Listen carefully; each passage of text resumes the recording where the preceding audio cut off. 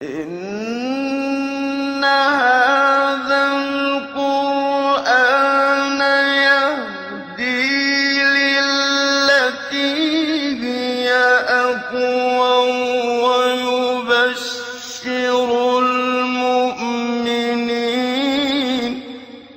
ويبشر المؤمنين الذين يعملون الصالحات أن لهم أجرا كبيرا. بسم اللہ الرحمن الرحیم. الحمد للہ رب العالمین وبہ نستعین وصلی اللہ وسلم علی سید الانبیاء والمرسلین وعلی آلہ واصحابہ اجمعین ومن تبعہم بإحسان الی یوم الدین. اما بعد، سلسلہ تفسیر کی نشست ہے اور اس نشست میں انشاءاللہ سورۃ الحج کی 25ویں آیت کریمہ کا آخری حصہ آپ کے سامنے ذکر کیا جائے گا انشاءاللہ. اللہ تعالیٰ نے فرمایا ان الذین کفروا ویصدون عن سبیل اللہ والمسجد الحرام الذی جعلناہ للناس سواء العاکف فیہ والباد ومن یرد فیہ بإلحاد بظلم نذقہ من عذاب علیم. اس آیت کریمہ کا جو آخری حصہ ہے، جسے ہم الذیل بھی کہہ سکتے ہیں علم البلاغہ کی زبان میں، علم البلاغہ کے اعتبار سے، ومن یرد فیہ بإلحاد بظلم نذقہ من عذاب علیم، اس کی جو تفسیر یعنی چاہے اس کا معنی مفہوم ہو، گزر چکی ہیں سبھی باتیں. کچھ فوائد اس آیت کریمہ سے متعلق میں آج ذکر کروں گا انشاءاللہ. ایک ہی بات ہے وہ جسے میں پھیلا کے بتاؤں گا، وہ یہ ہے کہ اللہ سبحانہ و تعالیٰ نے حرم مکی کو یہ خصوصیت عطا کی ہے، اس کی شان ہے کہ وہاں جا کر کے کسی آدمی کا غلطی کرنا، گناہ کرنا، ظلم کرنا، تو یہ تو بہت دور کی بات ہے. ایک آدمی وہاں رہ کر کے صرف وہاں پر کسی طرح کے ظلم کا ارادہ بھی کر لیتا ہے تو اللہ گرفت کر لیتے ہیں اس کی ارادہ بھی. اور دنیا کے کسی بھی کونے میں ہو، وہ صرف ظلم کا ارادہ بھی کرتا ہے تو اللہ اس کا مواخذہ کر لیتے ہیں.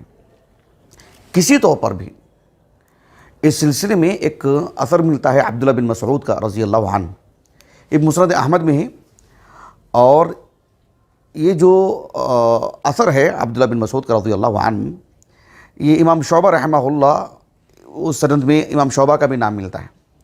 امام شعبہ رحمہ اللہ نے اس بات کی طرف اشارہ کیا ہے کہ یہ مرفوع نہیں ہے بلکہ موقوف ہے، کیونکہ یہ جو حدیث ہے مرفوع بھی ثابت ہے لیکن مرفوع صحیح سند سے ثابت نہیں ہے.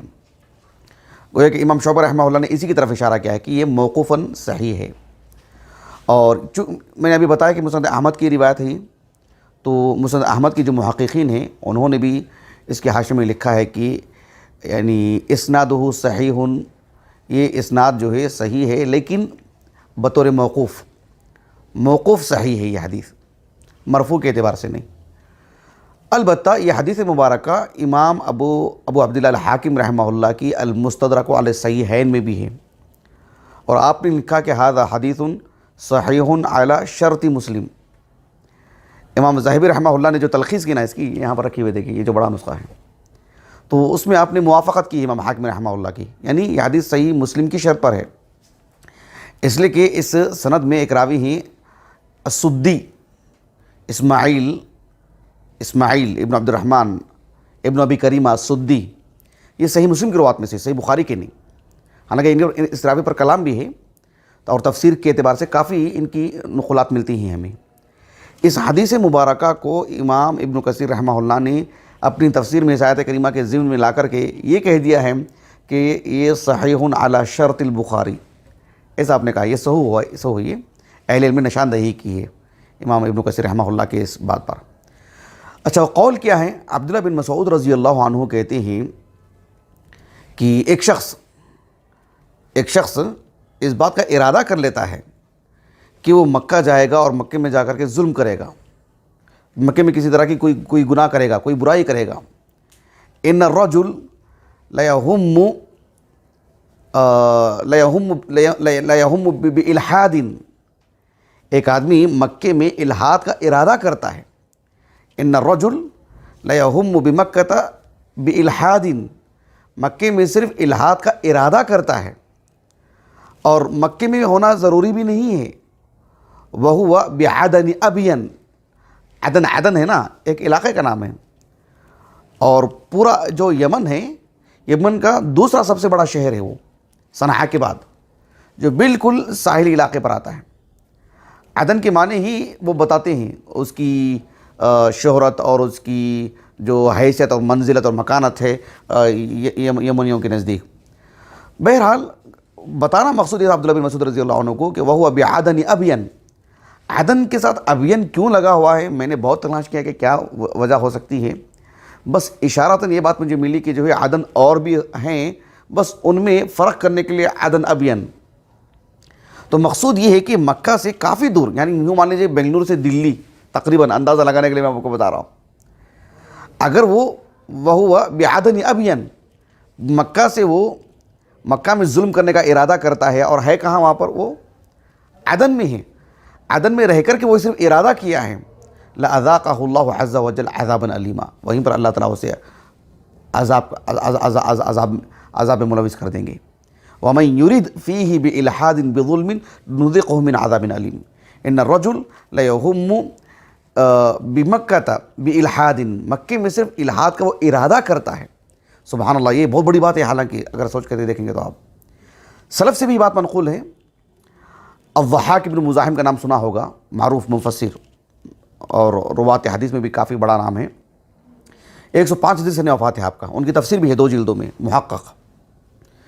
انہوں نے اس آیت کریمہ کی تفسیر میں یہ بات کہی کہ ان الرجل لیہم بالخطیئہ بمکہ وہو فی بلد آخر، ایک آدمی کسی اور شہر میں رہ کر کے مکے میں کسی گناہ کا ارادہ کرتا ہے کہ میں مکہ جا کے اب وہ کام کروں گا، میں حرم جاؤں گا اور یہ کام کروں گا، کسی گناہ کا ارادہ کرتا ہے، تو اللہ سبحانہ و تعالیٰ وہیں اس کی گرفت کر لیتے ہیں اور اس کے لیے گناہ لکھ دیا جاتا ہے. وَلَمْ يَعْمَلْهَا فَتُكْتَبُ عَلَيْهِ، ابھی یہاں ارادہ ہی کیا ہے، اس نے ابھی انجام نہیں دیا، ابھی مکہ گیا نہیں ہے، لیکن اس کے نام اعمال میں وہ ایک گناہ لکھا جاتا ہے اور اس کا مواخذہ ہو جاتا ہے.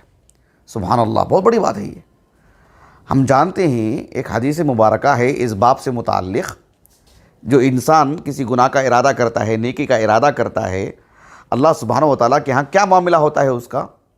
ایک حدیث مبارکہ ہے متفق علیہ، صحیح بخاری میں تو کئی مقامات پر ہے، کتاب الرقاق میں ہے، صحیح مسلم کی کتاب الایمان میں ہے. عبداللہ بن عباس کہتے ہیں رضی اللہ عنہما، یہ حدیث قدسی ہے. اللہ کے رسول کیا کہا میں نے، حدیث ابن عباس کہا نا، حدیث ابی ہریرہ ہے اور حدیث قدسی ہے.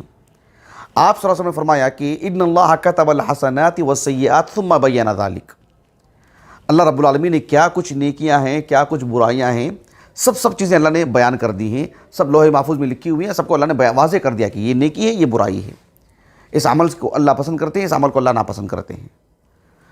اللہ کے رسول نے کہا صلی اللہ علیہ وسلم کہ اللہ تعالیٰ نے کہا فمن ہم بحسنۃ فلم یعملھا، ایک آدمی نے صرف نیکی کا ارادہ کیا کہ میں ان کو اس بات کو یعنی یہ دین کا یہ حصہ سکھاؤں گا، ان کو یہ میں تعاون کروں گا، ان کو کوئی بھی نیکی کا کام، میں فی نفسی کوئی نیکی کا کام کروں گا، فلم یعملھا، کسی مناسبت سے وہ کر نہیں پایا، کتب اللہ لہ عندہ حسنۃ کاملہ، اللہ رب العالمین اس کے اس اچھے ارادے کی وجہ سے، بھلے ہی اس نے نہیں کیا ہے، مکمل ایک نیکی لکھ دی جاتی ہے. اور اس کے برخلاف ومن ہم بسیئۃ، کسی نے گناہ کا ارادہ کیا، ولم یعملھا، کیا تو نہیں وہ صرف ارادہ کیا کہ میں اس گناہ کو انجام دوں گا، لیکن نہیں کیا، وہ قدرت تھی اور نہیں کیا اس نے، کتب اللہ لہ عندہ حسنۃ کاملہ، اللہ تعالیٰ کے ہاں اس کے لیے ایک نیکی لکھ دی جاتی ہے. یہاں مجھے بتانا مقصود یہ ہے کہ اس کے باوجود بھی ایک آدمی جب ارادہ کرتا ہے حرم میں برائی کا، اور انجام تو نہیں دیا اس نے، ابھی گیا نہیں وہاں پر، لیکن پھر بھی اللہ سبحانہ و تعالیٰ اسے گرفت کریں گے، اسے عذاب دیں گے. نہیں کیا ہے ایسا نہیں، اس ارادے پر اسے گرفت ہوگی. اس کی یہ شان ہے مکے کی. حافظ ابن کثیر رحمہ اللہ نے اس آیت کریمہ کی تفسیر میں لکھا کہ ھذا بخصوصیت الحرم، یہ ھذا من خصوصیت الحرم، کہا کہ یہ حرم مکی کی خصوصیات میں سے ہے یہ، کہ ایک آدمی کہ انہ یعاقب انہ یعاقب فیہ البادی الشر، ایک آدمی صرف شر کا ارادہ کرتا ہے، شر کا اظہار کرتا ہے، شر سے متعلق تدبیر کرتا ہے، صرف ابھی وہ سوچ ہی رہا ہے کہ مجھے وہاں انجام دینا ہے، اللہ سبحانہ و تعالیٰ اسے وہاں پر گرفت کر لیں گے۔ البتہ ابن کثیر نے ایک بات یہ بھی لکھی کہ اذا کان عازما علیہ، یہ بات لکھ دی ابن کثیر نے رحمہ اللہ، اذا کان عازما علیہ وان لم یوقعہ، ٹھوس ارادہ ہے کہ اب مجھے وہاں جا کے وہ کام کرنا ہے لیکن کیا نہیں اس نے، تب بھی اللہ تعالیٰ اس کی گرفت کریں گے۔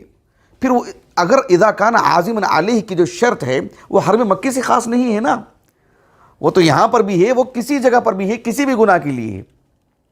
ایک آدمی گناہ کا ارادہ کر لیا لیکن یہ سوچا کہ جو ہے مجھے کرنا ہی ہے، ایسا نہیں، بس ترک کر دیا اس نے، تو اللہ سبحانہ و تعالیٰ کے لیے ایک نیکی لکھی جاتی ہے، لیکن حرم کے لیے ایسا نہیں ہے۔ تو ابن کثیر کو مقصود کیا ہے وہاں پر اذا کان عازما علیہ؟ ابن کثیر رحمہ اللہ نے ایک اور جگہ پر لکھا کہ وَمَن يُرِدْ فِيهِ بِإِلْحَادٍ بِظُلْمٍ کا مطلب یہ ہے کہ ابن کثیر رحمہ اللہ کہتے ہیں کہ عامداً قاصداً انہ ظلم، ابن کثیر رحمہ اللہ کہتے ہیں کہ ایک شخص ایک گناہ کا ارادہ کرتا ہے، حرم میں انجام دے گا اور اسے معلوم ہے کہ یہ ظلم ہے، یہ گناہ ہی ہے، لیس بمتأول، یعنی اس کے پاس توجیحات ہو سکتے ہیں کہ یہ تو گناہ نہیں ہے، میں حق بجانب ہوں، میں جو کر رہا ہوں، یہ سب نہیں، بالکل واضح واضح اس کے پاس موقف ہو کہ جو میں کر رہا ہوں اس کے دل میں شرع صدر ہو کہ ایک گناہ ہی ہے۔ یہ جب صورتحال ہو تو اللہ سبحانہ و تعالیٰ سے ضرور گرفت کریں گے۔ تو بہرحال حرم مکی کی یہ خصوصیات میں سے ہیں کہ ایک آدمی حرم میں رہتے ہوئے وہ کہتا ہے، وہ سوچتا ہے کہ اب میں یہ گناہ انجام دوں گا، یا باہر سے سوچ کر کے آتا ہے کہ مجھے گناہ جو ہے وہاں جا کر کے کرنا ہے، اللہ سبحانہ و تعالیٰ وہیں اس کی گرفت کر لیں گے۔ سبحان اللہ العظیم، یہ حرم مکی کے خصائص میں سے ہے۔ میں اپنی بات کو ختم کرتے ہوئے ایک موازنہ پیش کرتا ہوں آپ کے سامنے۔ حرم مکی میں ایک آدمی برائی کا ارادہ کرتا ہے، اللہ سبحانہ و تعالیٰ اسے کیسی گرفت کرتے ہیں اس کے آپ دیکھو۔ حق اور باطل کا جو معاملہ حرم مکی سے جڑا ہوا ہے وہ میں آپ کو بتانا چاہ رہا ہوں، اور یہ موازنہ بھی خود اللہ کے رسول نے کیا ہے صلی اللہ علیہ وسلم۔ آپ غور کیجئے، صحیح بخاری میں ایک حدیث آتی ہے، صحیح بخاری کی متعدد مقامات پر ہے، کئی مقامات پر، کتاب اللقطہ میں بھی ہے۔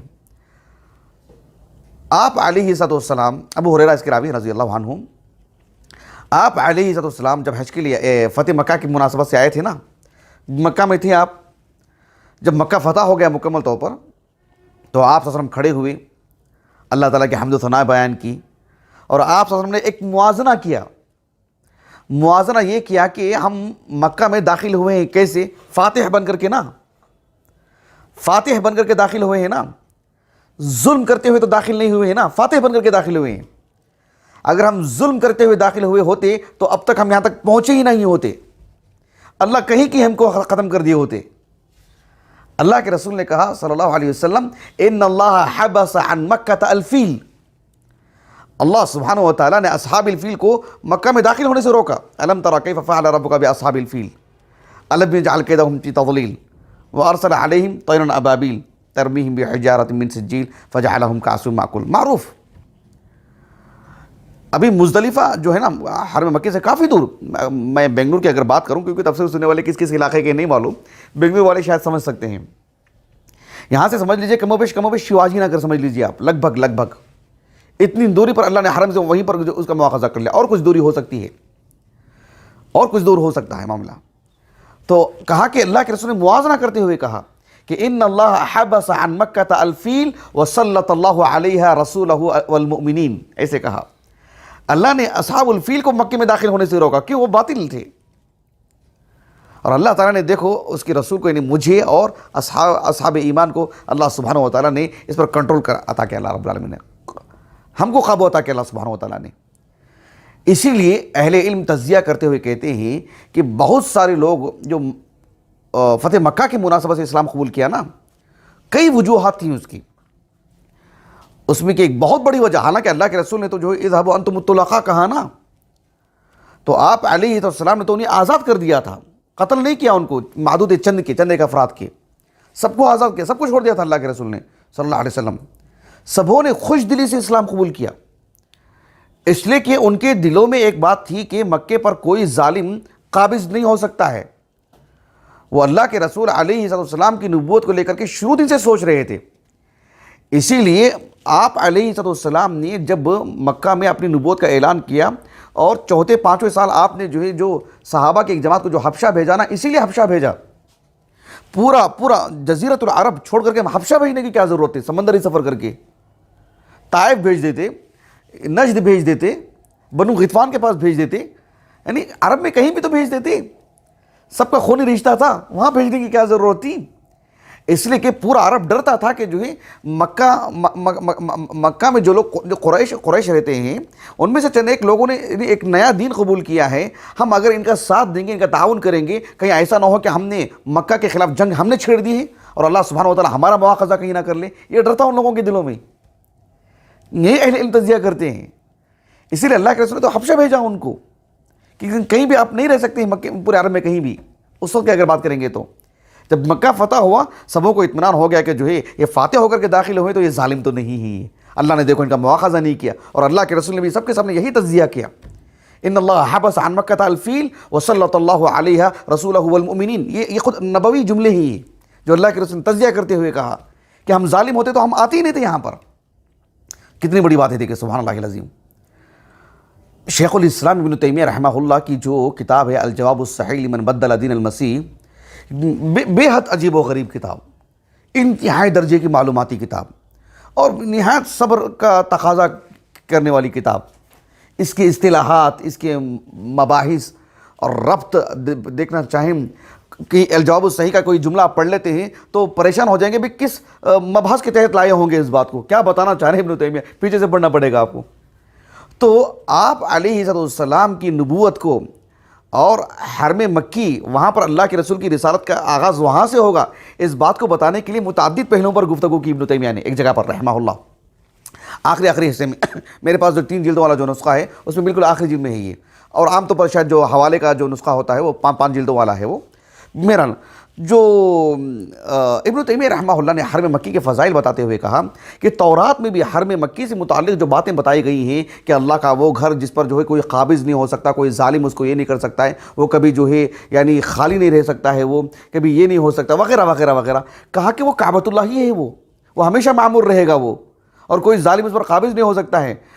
اس کے برخلاف آپ بیت المقدس کو لے لو، کہا کہ ایک سے زائد مرتبہ وہاں پر حملے ہوئے ہیں، خالی کیا گیا، وہاں پر عرصہ تک جو معطل رہی ہے وہ خالی رہی ہے لوگوں سے، ایک سے زائد مرتبہ فساد ہوا ہے وہاں پر. سورۃ الاسراء کے آغاز میں بھی اللہ نے اس کو بیان فرمایا ہے.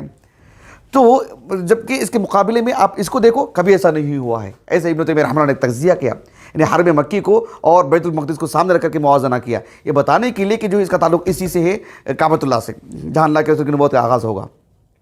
ابن تیمیہ رحمہ اللہ نے آخر میں ایک بات یہ بھی کہی کہ آپ دیکھو اصحاب الفیل کو اللہ سبحانہ و تعالیٰ نے کیسے مواخذہ کیا ان کا. اور ابن کثیر رحمہ اللہ نے تاریخی طور پر ایک تجزیہ کرتے ہوئے کہا کہ حجاج ابن یوسف نے بھی کعبۃ اللہ کی تعظیم میں کبھی کمی نہیں کی، کبھی نقص نہیں رہا، حالانکہ اس نے بم پھینکا اندر. اس کو مقصود جو اس وقت کا ایک سیاسی جو نقطہ نظر تھا، عبداللہ بن زبیر رضی اللہ عنہما سے ایک محاربت تھی، اس کو ان پر حملہ کرنا مقصود تھا. کعبۃ اللہ کی عظمت پر، کعبۃ اللہ سے لے کر کے مسئلے کو لے کر کبھی اس کے دل میں خفت نہیں تھی، کبھی ہلکا پن نہیں تھا کہ اس سلسلے میں کوئی بھی معاملہ کر دیا جائے. یہ ابن تیمیہ رحمہ اللہ نے اتنی بڑی بات کہی ہے، سبحان اللہ. اسی مسئلے کو لے کر کے بالکل آخری بات، ہم جانتے ہیں کہ حکومت سعودیہ خالص ایک سلفی حکومت ہے. اللہ سبحانہ و تعالیٰ کتاب و سنت اور سلف صالحین کا جو منہج ہے، اللہ تعالیٰ اس بنیاد پر جو اس کو ان کی جو حکومت ہے اللہ تعالیٰ قائم رکھے، مضبوطی عطا فرمائے انہی بنیادوں کی روشنی پر. آپ دیکھیں کہ یعنی اس حکومت نے ایک سے زائد مرتبہ، حالانکہ آغاز میں بھی 1806 وغیرہ کو آپ دیکھیں، انہوں نے جو المحلہ جو قبرستان ہے مکہ کا، اور بقیع الغرقد جو مدینہ نبویہ کا جو قبرستان ہے، بہت سارے قبے انہوں نے گروائے. 1806 کی بات کر رہا ہوں. پھر جب ملک عبدالعزیز رحمہ اللہ جب مطلب تقریباً عرب پر آپ مطلب اپنی ملکیت میں لے لیا اور حکومت سعودیہ قائم ہوئی، تو 1925 کے آس پاس 1924-25 کو اور اس سے پہلے کی کاروائیاں ہیں، انہوں نے دنیا بھر کے جو اکابرین ہیں، بڑے بڑے علماء ہیں، جامعات ہیں، بڑی شخصیات ہیں، مفتیان ہیں، سبھوں سے آپ نے جو ہے یعنی یہ ایک مسئلے کو حل کرنے کے لیے آپ نے استفتاء کیا، آپ نے اپنی استفسار کیا، آپ نے سبھوں سے پوچھا آپ نے کہ جو ہے یہ جو ذرائع ہیں، یہ جو مقابر مقبرے ہیں، اس کی شرعی حیثیت کیا ہے، جو قبے ہیں اس کی شرعی حیثیت کیا ہے۔ یعنی دلائل کی روشنی میں یہی بات سامنے آئی کہ جو ہے یہ حرام ہے، یہ اسلام میں جائز نہیں ہے، اس کی کوئی حیثیت نہیں ہے اسلام میں۔ غالباً 1924-25 کے آس پاس میں جو ہے جو سبھی جو قبے جو منہدم کر دیے گئے نا، اس مسئلے کو لے کر کے آپ کو معلوم ہونا چاہیے کہ بر صغیر جو ہند و پاک بنگلہ دیش وغیرہ سب جو سب مل کر کے تھے، تو کافی مطلب بڑا مسئلہ ہوا ایران میں، یہاں پر سب جو تحریکیں اٹھی اور جو ہے مطلب احتجاج سب ہوئے ہیں کہ جو ہے کوئی حج کو نہیں جائے گا وغیرہ وغیرہ، اور ایسا بھی ہوا 102 سال حج نہیں گئے یہاں سے لوگ بڑی تعداد میں۔ تو اس وقت ایک صاحب تھے، غالباً ان کا بھی انتقال جو ہے 1925 کے آس پاس میں 1930 میں انتقال ہوا ان کا، خواجہ حسن نظامی، نام سنا آپ نے؟ ان کی زندگی سے متعلق پوری کتاب ہے ہمارے پاس، نقوش سے جو چھپی ہے۔ خواجہ حسن نظامی دلی کے غلاة صوفیہ میں سے ہیں، وہ غالی صوفیہ میں سے خواجہ حسن نظامی۔ ان کا ایک مجلہ نکلتا تھا، اس کا نام ہی صوفی۔ اس میں انہوں نے حکومت سعودیہ کو لے کے خوب لعن طعن کی۔ مولانا ثناء اللہ نصری رحمہ اللہ کا جو مجلہ نکلتا تھا اخبار اہل حدیث، اب میں کیا بتاؤں سبحان اللہ اس سے متعلق، اور اللہ تعالیٰ کا یہ عظیم احسان ہے کہ جب میں جامعہ دارالسلام عمر آباد میں تھا، خاص کر فضیلتین میں نے اس کو خوب پڑھا، جتنے وہاں پر تھے سبھی رسائل تو نہیں تھے ان کے، لیکن بڑی مقدار میں تھے، تو وہ سال کر کے جو ہے اس کو انہوں نے ایک مجلد میں وہاں کر دیا تھا عمر آباد جامعہ دارالسلام عمر آباد کے مکتبے میں، تو میں نے خوب پڑھا الحمدللہ، جو قدیم جو مکتبہ تھا اس میں۔ تو اس میں مولانا ثناء اللہ نصری رحمہ اللہ نے جو صوفی مجلے میں جو لعن طعن کی گئی تھی حکومت سعودیہ پر، آپ نے اس کا بہت ہی مختصر انداز میں جواب دیا۔ اس کا احتوا کیا میں آپ کو بتاتا ہوں، نکات کیا ہیں اس میں۔ آپ نے ایک بات یہی کہی کہ وَمَن يُرِدْ فِيهِ بِإِلْحَادٍ بِظُلْمٍ نُذِقْهُ مِنْ عَذَابٍ أَلِيمٍ، کہا کہ حرم مکی میں، حرمین سے متعلق خاص کر حرم مکی کی اگر بات کرتے ہیں، جو بھی ہمارا ظلم کا ارادہ کرتا ہے تو اللہ سبحانہ وتعالیٰ اس کا مواخذہ کر لیں گے۔ اور آپ نے اتنی لعن طعن کی ہے ان پر، کہا کہ آپ کو اس کی حاجت نہیں ہے، یہ نہیں کہ مولانا صلی اللہ علیہ وسلم نے یہ نہیں کہا کہ تم ایسا مت کرو، تم غلط کریں، کہا کہ تم کو اس کی حاجت ہی نہیں ہے۔ اگر یہ خاطی ہیں، غلطی پر ہیں، یہ خطا پر ہیں، تو اللہ تعالیٰ خود ان کا مواخذہ کر لیں گے، اور آپ کو اس کی فکر کرنے کی ضرورت نہیں ہے کہ ان کے تعلق سے اور ایسے لعن طعن کریں، آپ بد دعائیں کریں۔ اصل میں وہ حج کے لیے گئے تھے، وہ خواجہ حسن نظامی، کہا کہ جو ہے میں معلیٰ گیا، میں جنت البقیع گیا، ان کے الفاظ میں جنت البقیع گیا میں، اور دیکھا کہ کوئی مقبرہ نہیں ہے، کس قبر پر کھڑ کر کے میں فاتحہ خوانی کروں، یہی ان کے الفاظ ہیں، سچ میں کہہ رہا ہوں آپ کو، میرے پاس آپ اٹھا کے دیکھ سکتے ہیں۔ تو مولانا ثناء اللہ نصری رحمہ اللہ نے ان کے حق میں بات کہی کہ وَمَن يُرِدْ فِيهِ بِإِلْحَادٍ بِظُلْمٍ نُذِقْهُ مِنْ عَذَابٍ أَلِيمٍ، اللہ خود مواخذہ کر لیں گے۔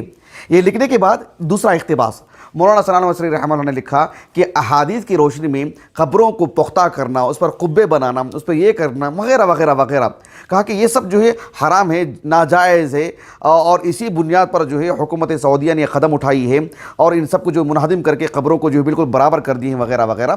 اب ایسی صورت میں چونکہ انہوں نے اتباع سنت کو فروغ دیا ہے، اور جو ہے یہ سب ساری چیزیں لکھ کر کے، اب چونکہ اتباع سنت ہے، توحید کو انہوں نے جو ہے قائم کیا ہے وغیرہ، تو اللہ تعالیٰ اس حکومت کو قائم رکھے، یہ رکھے، بہت ساری دعائیں دی، اور آخر میں ایک جملہ لکھا کہ کیا صوفی اس پر آمین کہے گا، ایسے کہہ کر کے جو ہے صوفی سے مراد یہ صوفی بھی ہیں، ان کے مجلے کا نام بھی صوفی ہے، کہ اگر یہ صحیح ہیں اور حرم کو انہوں نے واقعتاً جو ہے غلاظت سے پاک کیا ہے، انہوں نے شرک سے پاک کیا ہے، بدعات سے پاک کیا ہے، تو اللہ تعالیٰ اس حکومت کو قائم رکھے، تو کیا اس صورت میں صوفی اس پر آمین کہے گا؟ ایک سوال نشان کر کے انہوں نے اپنا مضمون ختم کیا تھا مولانا ثناء اللہ نصری نے رحمہ اللہ۔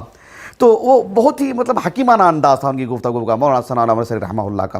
تو یہ اس آیت کریمہ سے متعلق کچھ باتیں تھیں کہ وَمَن يُرِدْ فِيهِ بِإِلْحَادٍ بِظُلْمٍ نُذِقْهُ مِنْ عَذَابٍ أَلِيمٍ۔ اس کے بعد والی جو آیت کریمہ ہے، اس سے متعلق بھی کافی باتیں ہیں، انشاءاللہ ہم آنے والی نشست میں رکھیں گے۔ اللہ تعالیٰ سے دعا ہے کہ اللہ تعالیٰ ہماری اس نشست کو ہمارے اساتذہ، ہمارے والدین، ہمارے کل معاونین، ہمارے مشاہدین، ہمارے اہل خانہ کے لیے، ہمارے لیے اللہ تعالیٰ ذخیرہ آخرت کر دے۔ سبحانک اللہم و بحمدک، اشہد ان لا الہ الا انت، استغفرک و اتوب الیک۔